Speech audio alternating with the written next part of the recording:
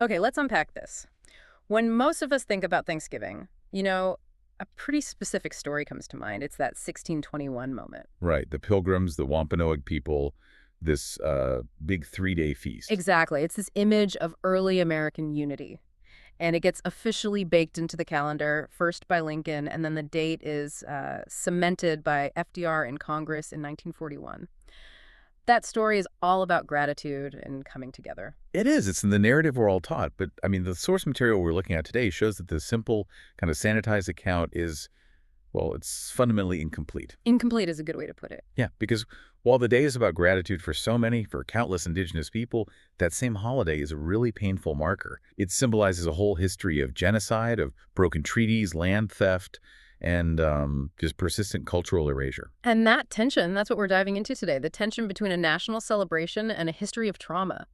Our mission is to explore two really powerful and frankly necessary counter-observances that focus on truth and resistance. So we're talking about the National Day of Mourning in Plymouth and Unthanksgiving Day out on the West Coast. Exactly, the Alcatraz Sunrise Ceremony. And to really get why these are so powerful, we have to start by recognizing that, the idea of a harvest celebration, of gratitude, that's not a colonial invention. It's ancient here. That's such a crucial point. The historical record is clear. Long before 1621, tribes like the Wampanoag, the Iroquois, the Cherokee, they all had these incredibly rich traditions of giving thanks. These were, highly developed seasonal ceremonies. They were about the harvest, about successful hunts, really about the earth's abundance. That's where the real roots of seasonal gratitude in North America lie. Which changes the whole context for that 1621 feast, doesn't it? It wasn't the first Thanksgiving. Not by a long shot. And the feast itself, yes, it was peaceful. The Wampanoag leader, Usmakin, who you might know as Massasoit, he was there. But the circumstances around why he was there are just critical. Right. It wasn't just a friendly, neighborly dinner. The sources really highlight this. The Wampanoag were in an incredibly fragile position at that moment. A really fragile period. They had already been devastated by diseases brought by Europeans. They were trying to navigate all these shifting alliances and, the existential threat of more and more colonists arriving. So Usamakin saw the Pilgrims as a potential ally. Precisely. A temporary, maybe military ally against some rival indigenous nations. This wasn't a meeting of equals on equal footing. It was a calculated political act of maneuvering that he felt was necessary for his people's survival. And we know how that alliance ended. It unraveled so quickly. The story went from a shared feast to conflict, land dispossession, and King Philip's War just a few decades later. So the idea that 1621 represents some lasting peace is just.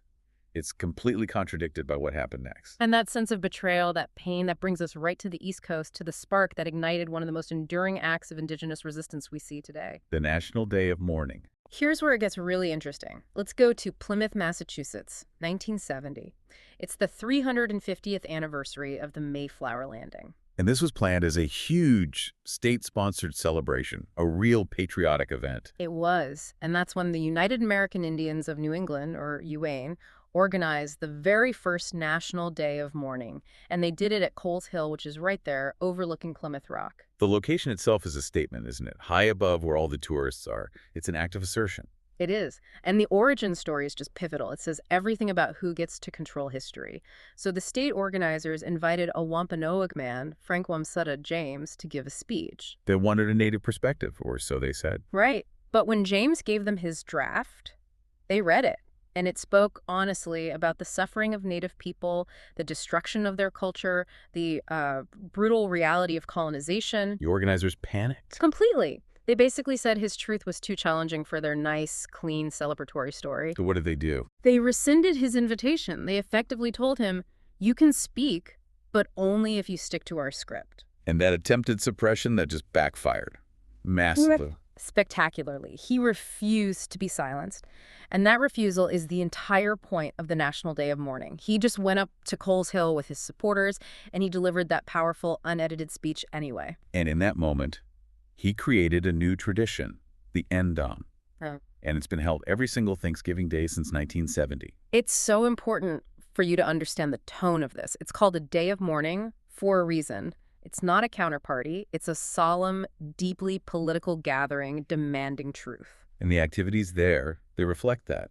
The speeches are given only by Indigenous people. Many of the participants fast from sundown the night before until that afternoon. And then there's a march, a really powerful, very visible march through Plymouth's historic district with drumming and signs and calls for justice. The core message is so clear. It's not anti-gratitude.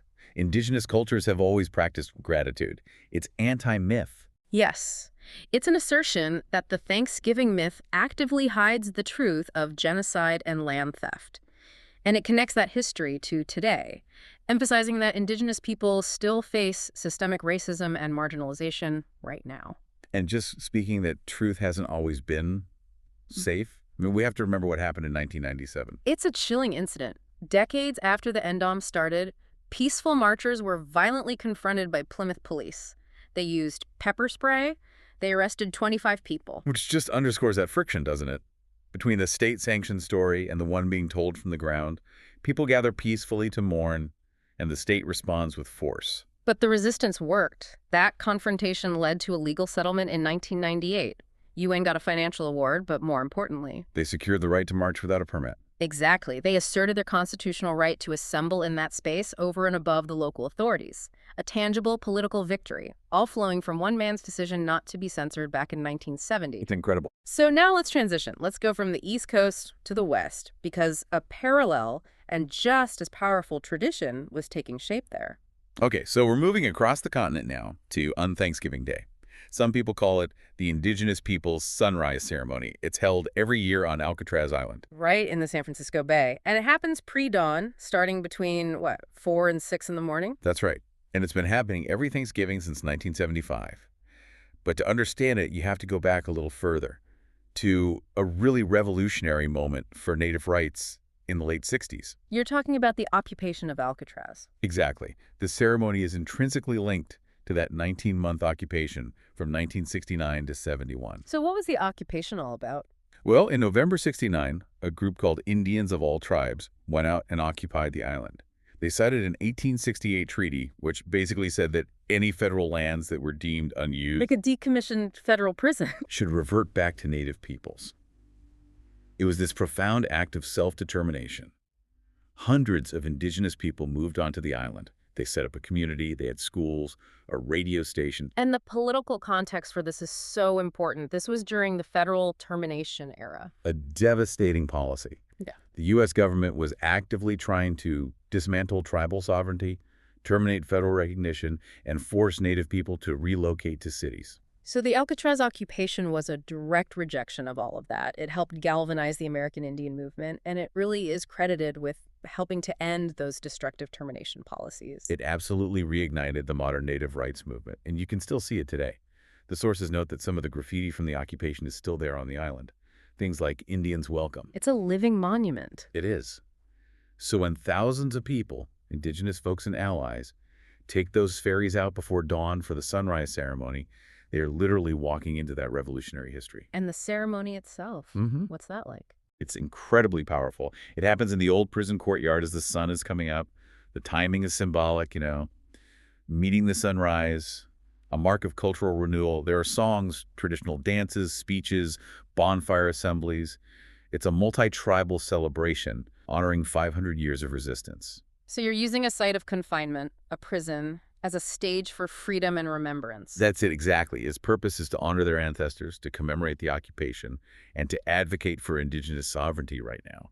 It's a day about being visible and unbreakable. So what does this all mean if we step back and look at these two observances, the solemn political march in Plymouth and this spiritual pre-dawn ceremony on Alcatraz? What's the unified message we should take away? The unity is their goal. Both of them just shatter the myths of a single happy Thanksgiving story. They force us to confront the history that's so often left out of our textbooks. They're vital acts of public remembrance. They make that invisible history visible.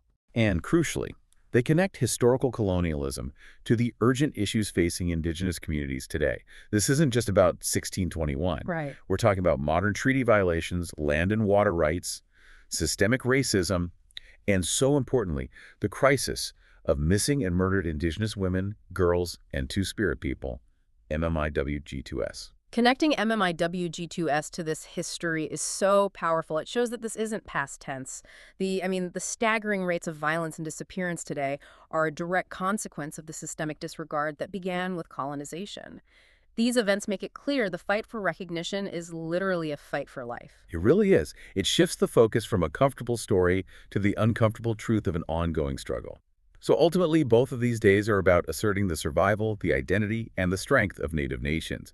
They encourage you to reflect, not just to celebrate uncritically. They demand that you, the listener, move beyond the comfort of the holiday and seek a deeper, more truthful understanding of this land's history. And for anyone listening who wants to observe the holiday in a way that respects this truth, there are really clear, practical things you can do. Yeah, you don't have to be in Plymouth or on Alcatraz. You can watch the live streams that UIN and the International Indian Treaty Council put on. You can go online right now and read Frank Wamsutta James's suppressed 1970s speech. And maybe the most important thing, you can educate yourself. Learn about the history of the specific land you live on. Which Native nations call it home? What happened to them? Support Indigenous-led organizations. Talk about this full history with your family and friends. It leaves us with this provocative thought, then, as the holiday comes around. Thanksgiving can be both things at once. It can be a time for genuine gratitude, for community, for connection with loved ones. And it can also be a time for recognizing the painful history of colonization and honoring the profound resilience of Indigenous people. Exactly. That dual recognition, letting gratitude and truth exist at the same time, that's how you build a holiday, rooted in respect and ultimately in justice. A truly necessary deep dive. Until next time.